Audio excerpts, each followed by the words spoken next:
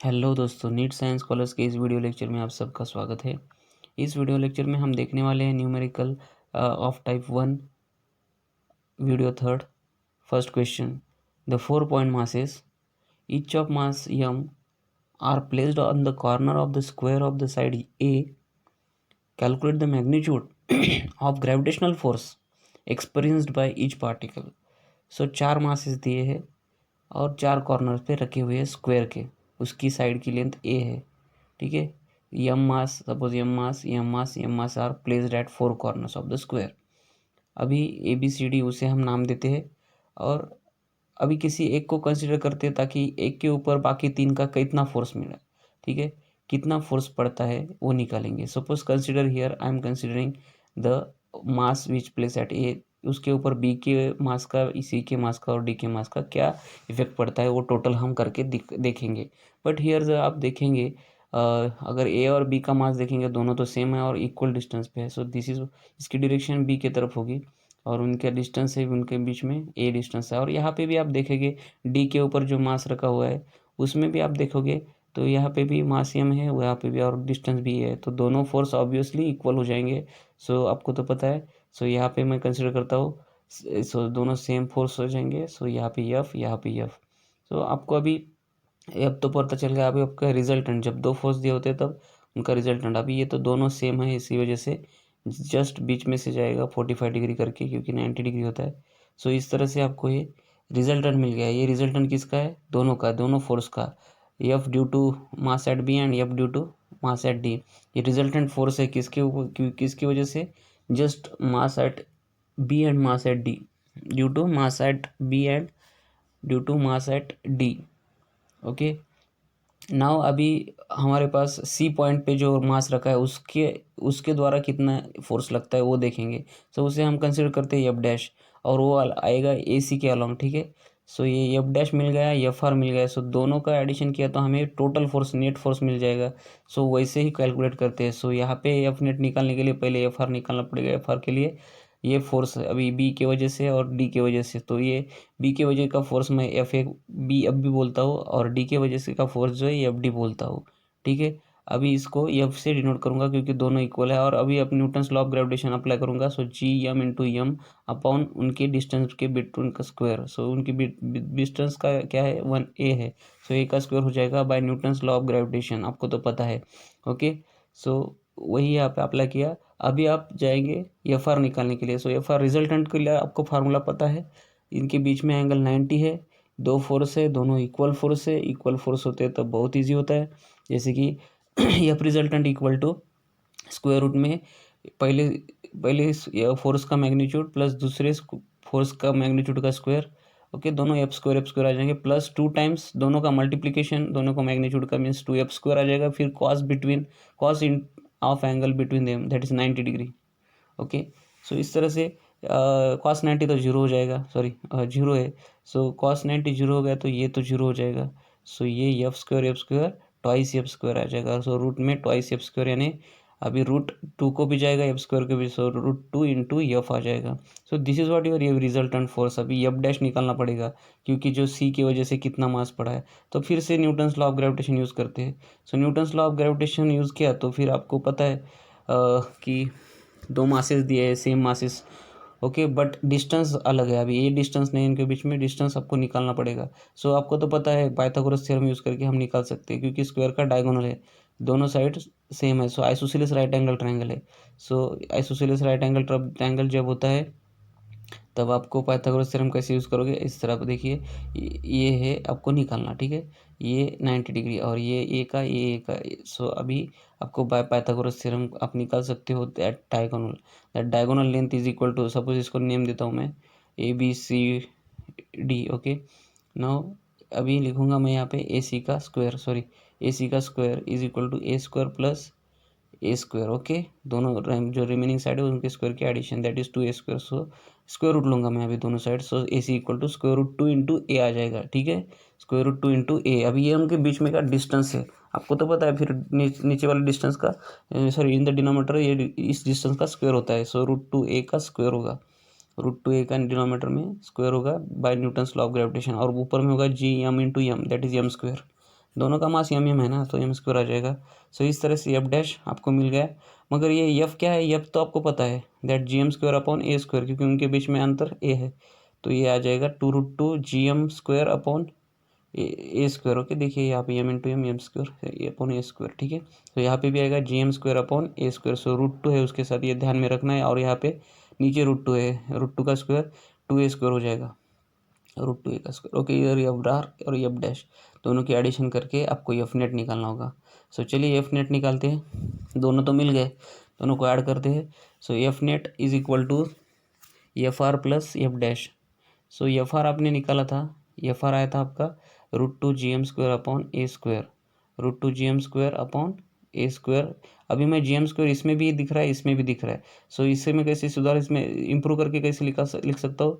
√2 का स्क्वायर 2 होता है, √2 का स्क्वायर 2 होता है, अब पता है सबको। सो मैं यहाँ पे 2 लिखता हूँ और ए का स्क्वायर ए स्क्वायर होगा। अभी इसमें भी जी M square upon A square है, तो इनको मैं कॉमन निकालता हूँ तो रहेगा क्या।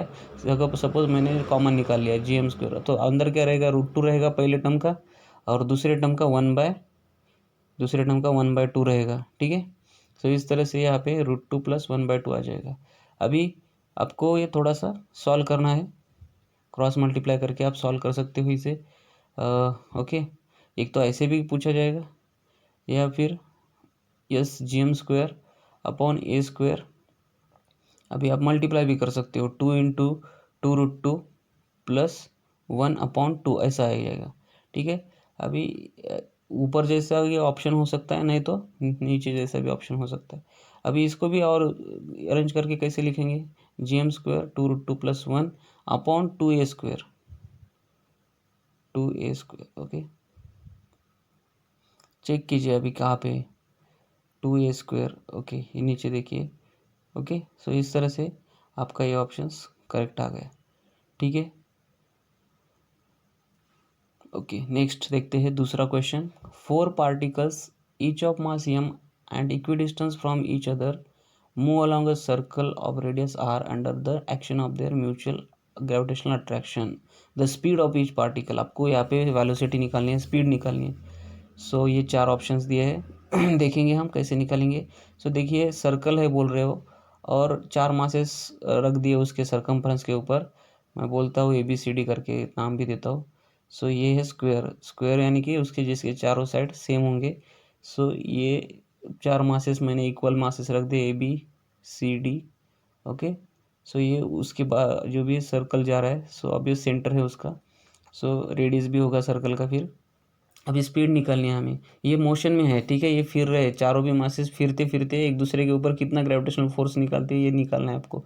तो अभी तो पता है सर्कुलर में ये फिर रहे, सर्कुलर में फिरते तब आपको पता है एक सेंटर के ऊपर जाने वाला एक फोर्स मिलता है आपको, उसका नाम भी पता है, सेंट्रीपिटल फोर्स। पता है आपको, जब कोई भी सर्कुलर मोशन में घूमता है तो उसके ऊपर सेंट्रीपिटल फोर्स पड़ता है, इसकी वजह से वो सर्कुलर में घूम सकता है। सो यहाँ पे भी सेंट्रीपिटल फोर्स है, वो किसके द्वारा बैलेंस हो रहा है, वो बैलेंस हो रहा है ये नेट फोर्स के ऊपर। जो हमें किसी एक को कंसिडर करना पड़ेगा जैसे पहले किया था, और बाकी तीनों की वजह से कितना फोर्स आता है ये हमने निकाला था पहले ही।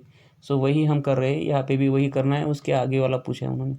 सो यहाँ पे ये भी इसका डिस्टेंस ये है और इसका भी डिस्टेंस ये है, और इसका भी डिस्टेंस क्योंकि स्क्वायर है अभी आप निकाल सकते हो, डी के ऊपर मास रखा उसकी वजह से और बी के ऊपर मास रखा, दोनों सेम है तो ऑब्वियस फोर्स भी सेम हो जाएंगे। सो दोनों एफ एफ करके लेता हूँ मैं, और इनका रिजल्टेंट निकालता हूँ। अपने को मालूम है कि ओके क्या है resultant, F R is equal to, आपको पता है जस्ट उनका डू, पता है ना आपको, जो आपने निकाला था cos 90 तो 0 होता है क्योंकि उनके बीच में 90 डिग्री एंगल है।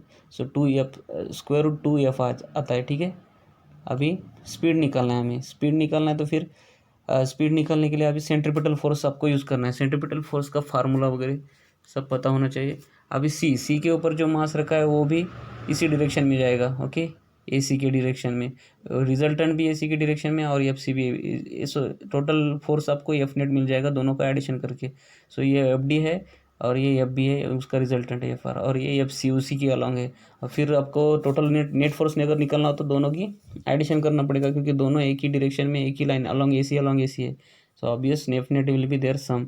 अभी जो किया था हमने वही है, मगर उसमें थोड़ा सा और ऐड किया। सो एफ नेट फोर्स फिर किसको बैलेंस करेगा, प्रोवाइडेड बाय सेंट्रीपिटल फोर्स। सो दोनों एक दूसरे को, और वेलोसिटी हम उसमें निकाल सकते हैं। सेंट्रीपिटल फोर्स का फार्मूला क्या है पता है आपको, M V square by R. ठीक है, या आप यहाँ पे कैपिटल आर भी बोल सकते हो आप, ये रेडियस ऑफ सर्कल है। ठीक है, सो यहाँ पे वेलोसिटी हमें निकालनी है। ठीक है, सो आर जो भी है रेडियस, ये सेंटर है सर्कल का, और यहाँ पे कुछ तो भी और रेडियस लेते हैं, अभी यहाँ पे नहीं दिखाएंगे, दूसरे इसमें। ओके, यहाँ पे दिखाता हूँ। तो यहाँ पे अगर ये स्क्वायर है आपका और ये सेंटर है, तो ये जुड़ेगा तो ये रेडियस हो जाएगा, रेडियस ऑफ सर्कल। ठीक है, ये कॉर्नर की जब भी जितने भी अटैच करते हैं, सो ये डायगोनल भी हो गए स्क्वायर के। अगर दोनों भी रेडियस मिला दे अपोजिट अपोजिट, तो डायगोनल भी हो जाए। ओके, ये सभी ये साइड का हमें रिलेशन निकालना है, साइड एंड डायगोनल रेडियस का। साइड और रेडियस का कैसे रिलेशन निकालेंगे सो यहाँ पे आपको क्या करना होगा, 2r लेना होगा। ठीक है, 2r लीजिए। ये क्या है, इधर का और उधर का, इधर का टोटल 2r हो गया, 2 टाइम्स रेडियस। ओके, ये आर ही नहीं रेडियस है। ओके, सो अभी 2 रेडियस ये डायमीटर के बराबर होता है, आपको पता है। और यहाँ पे right angle triangle Pythagoras theorem use कर सकते हैं हम, क्योंकि स्क्वायर के कॉर्नर 90 के होते हैं। तो अभी आप बता सकते हो कि 2 टाइम्स रेडियस का स्क्वायर, यानी कि वो हाइपोटेनस हो गया, उसका स्क्वायर रिमेनिंग दो साइड के स्क्वायर के सम के बराबर, यानी कि 2a स्क्वायर के बराबर। अभी स्क्वायर रूट लेने के बाद क्या होगा, 2 2 ज़ा 4, पहले तो कैंसिल कीजिए, 2 2 ज़ा 4 होगा। ओके, और फिर 2r स्क्वायर, सो 2 सेंड कीजिए उधर।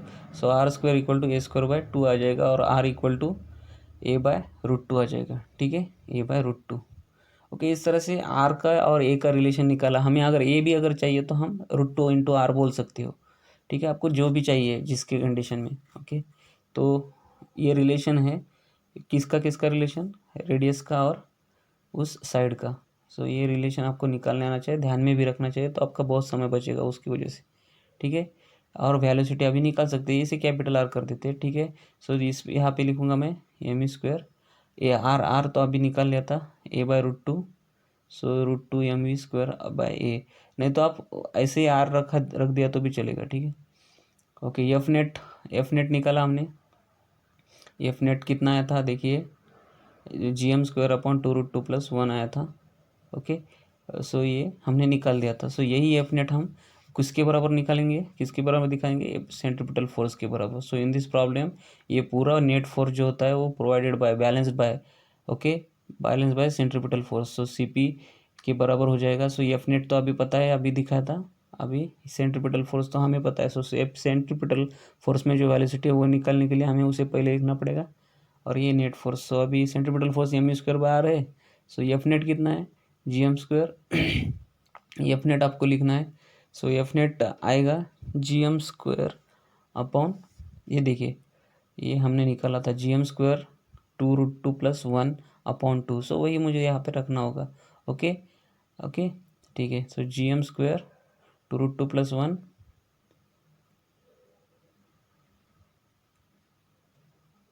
अपॉन 2,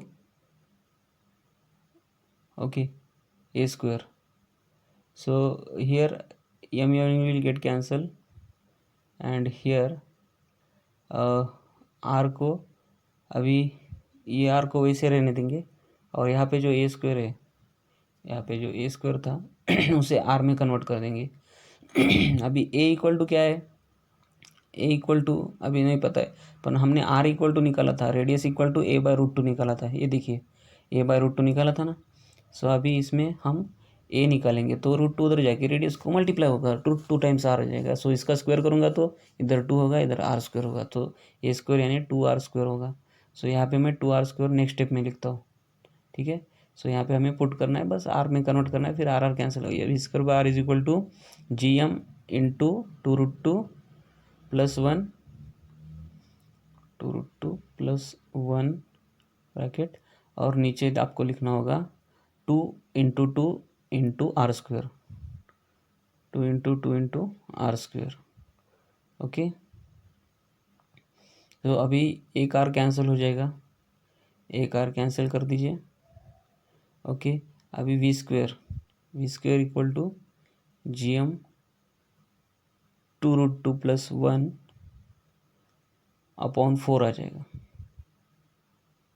ठीक है, अपॉन 4r। अभी square root, taking square root both side, अभी आपको वेलोसिटी निकालनी थी ना, स्पीड निकालनी थी, सो स्क्वायर रूट लेना ही पड़ेगा क्योंकि वेलोसिटी स्क्वायर में है, square root on both side, so will get v equal to square root आ जाएगा, मगर आपको 4 तो पता है परफेक्ट स्क्वायर है, सो स्क्वायर रूट के बाहर आ गया तो 2 हो जाएगा डिनोमीटर में, सो 4 डिनोमीटर में ना, तो 1/2 करके हम बाहर लिख देंगे और फिर स्क्वायर रूट में जितना भी रहेगा वो सब स्क्वायर रूट में दिखाएंगे। So gm 2√2 + 1 upon R, gm upon R at gm × 2√2 + 1 upon R. So इस तरह से आपकी वेलोसिटी आ गई। अभी ऑप्शंस ढूंढिए और टिक कीजिए करेक्ट ऑप्शंस कौन है, ठीक है। सो करेक्ट ऑप्शंस कौन है, या देखिए 4 ऑप्शंस में से मुझे लग रहा है लास्ट वाला दिख रहा है कुछ तक। सो यहाँ पे देखिए 1/2 इधर भी है लास्ट वाले इसमें, और √gm, ओके। सो इस तरह से ये लास्ट वाला ऑप्शन दिख रहा है। तो ओके स्टूडेंट्स, अगर आपको ये चैनल अच्छा लगा, वीडियो अच्छे लगे तो प्लीज़ सब्सक्राइब करना ना भूलें, लाइक शेयर कमेंट करना भी ना भूलें, ओके। तब तक के लिए किसी शानदार वीडियो के साथ फिर से मिलते हैं, तब तक के लिए बाय बाय और थैंक यू।